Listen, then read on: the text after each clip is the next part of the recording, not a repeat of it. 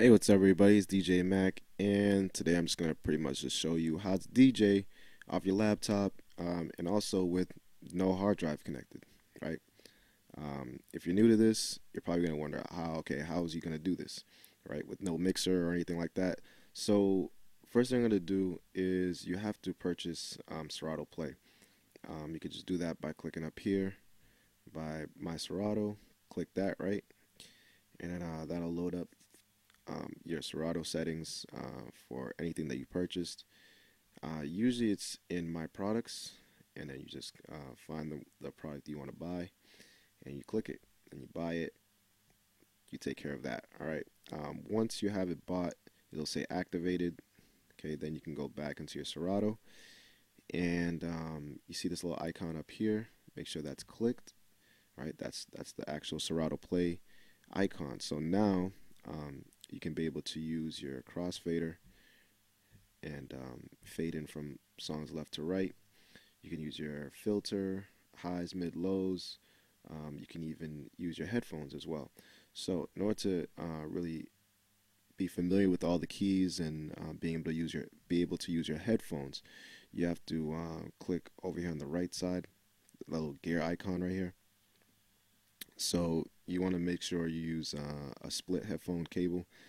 You can plug this directly into your laptop computer, and you know, one of the plugs go into your main speakers, the other one just goes into your headphones. Really simple stuff. If you have headphones on you, or if anybody at the party just, hey, you got some earbuds I could just use just to, mix. Somebody's got to have it. You know what I mean? Anyways, um, next thing you do is just plug in. You click Serato Play hotkeys, and you enable it so that way you can use your keyboard to basically mix and use your EQs, because there's a lot of EQ functions, but they're pretty easy. So in order to know like what they do, Serato has made a little view keys button here so you can see what they do. So click that, and now this pops up, and then now you can see that you can use your lows, your mids, your highs, filter right here.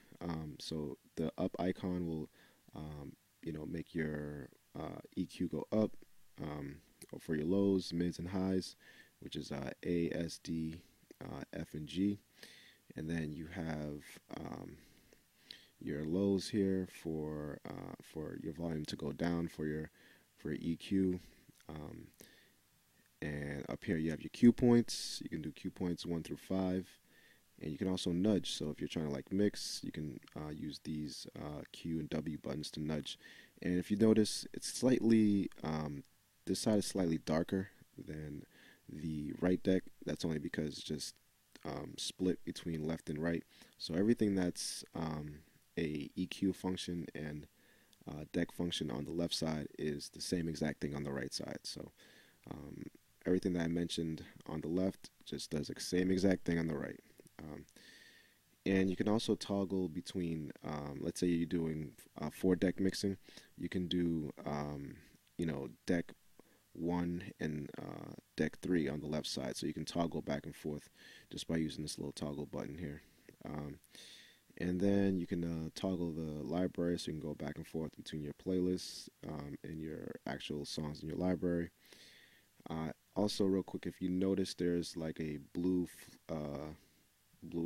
writings um, underneath any of these keys right here. So if I were to hold down Alt on my keyboard, and I were to, let's say, I want to kill the lows on the EQ, I can just hold Alt and then hit Z, and then it will kill the lows. Same thing with X and C. I can also kill the entire frequency if I just hold down the Alt button and just press Z, X, and C all at the same time. It will totally kill everything. And let's say I want to bring it back to its regular settings. You go to reset, which is right here. So you hold down, still holding down Alt. You just hold down A, S, and D, and it'll bring everything back. So other than that, everything is just standard. It's just easy stuff. As long as you have this, and you kind of mix using this at home. Just practice at home a bit. I'm pretty sure, like, once you practice after one day, you should be able to like really get the hang of it. Um, just picking songs and just just mix.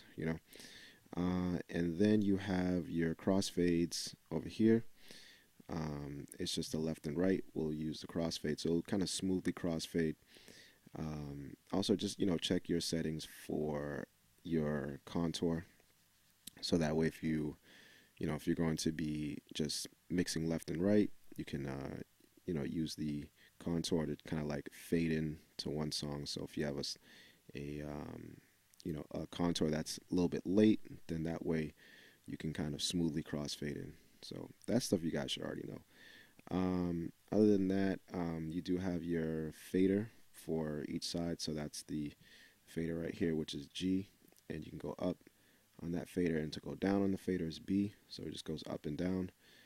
You have your sync, which is T for deck for a left deck, and same thing for your right deck, which is Y. If you look over here, you can actually cut left and right. So let's say you kind of want to cut from one song to the next.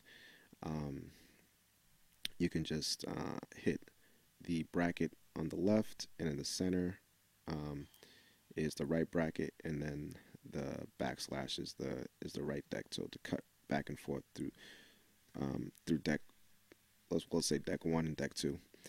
And then to play and stop a song, you can literally just hit enter for right deck and the space bar for the left deck.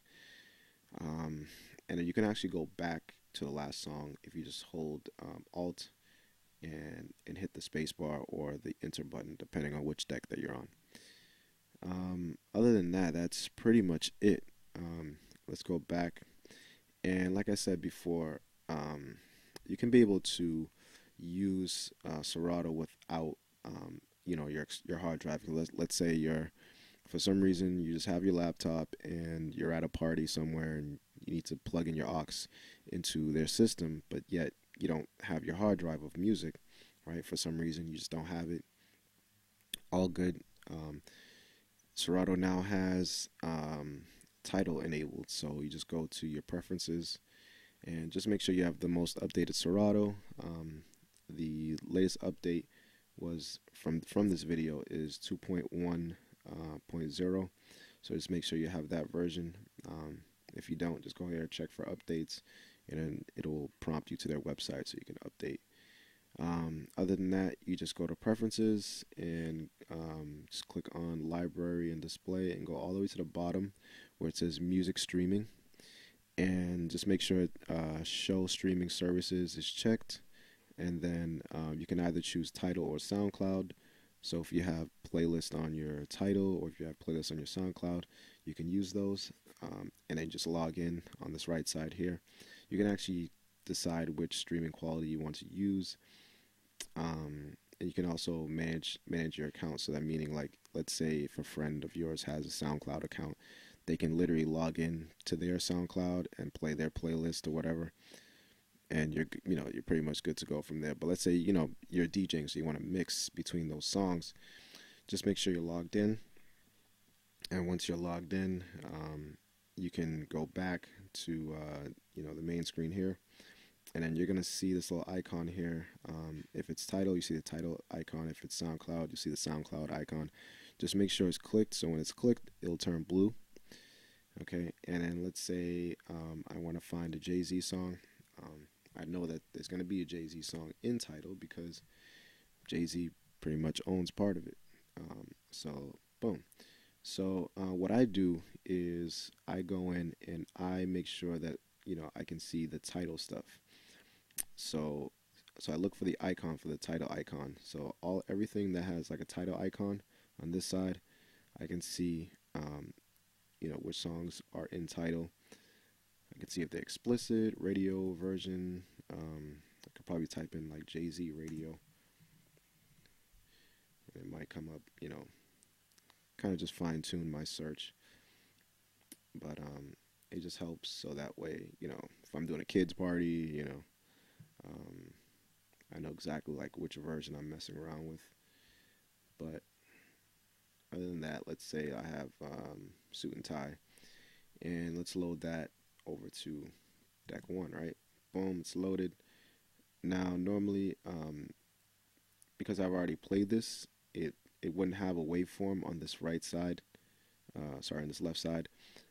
It would have to populate it, and you wouldn't know the BPM. Not off the bat, because you can see here, like none of these have, you know, the BPM in there until it actually fully loads. It doesn't really take that long, um, but it just helps knowing that you can access these songs as long as you have your account, but you can access these songs.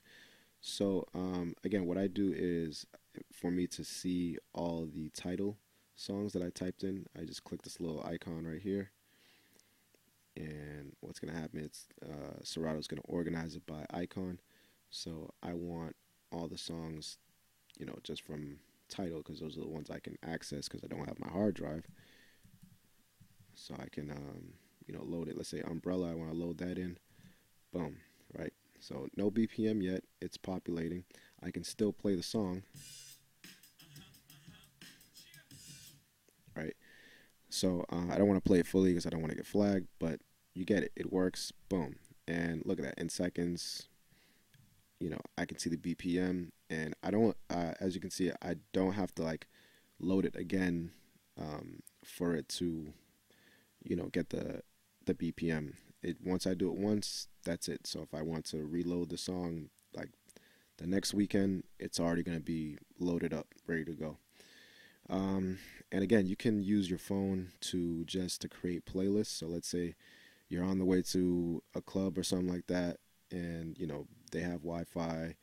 And the cool thing is, if Wi-Fi gets cut off while I'm DJing a song, and it's like populating, it's not going to cut off.